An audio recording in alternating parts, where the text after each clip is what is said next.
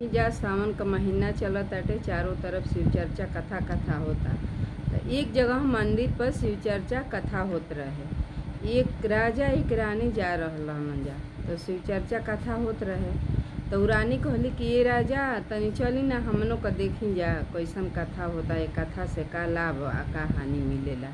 राजा कहला कि अरे का हमनी का देखे के, ना हमनी के लोग बा ना लइका बेटी केहू हमनी के हइये नइखे, तो हमनी के का कथा देखे के आता नहीं चल।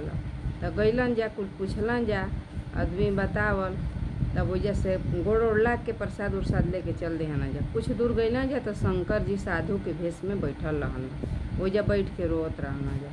कहलन कि काहे रोवता लो? आ तो बाबा इतना अनधन बा, हमनी के लइका लइकी संतान कुछ ना बाटे।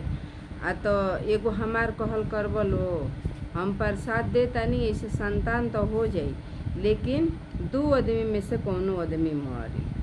तब राजा अचंभो में पड़ गई ना, रानी से कहला। फिर भी रानी तैयार हो गई, कहली कि ठीक बाटे, अगर लइका हो जाई हम मर जाई तो राजा जी तू के उसे पोसल पासल करवा लिहा कि हमार कुल का वंशज चलत रही। अब धीरे धीरे उनका 9वां महीना बीत गई, लइका भी भ गई।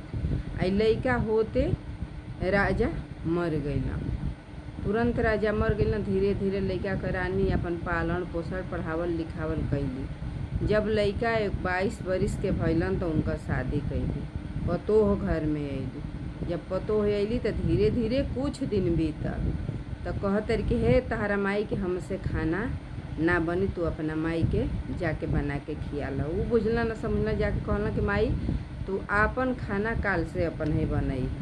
तब यही पे एगो गीत आ गइल पे कि तोहरी करनवाई बेटा पोतिया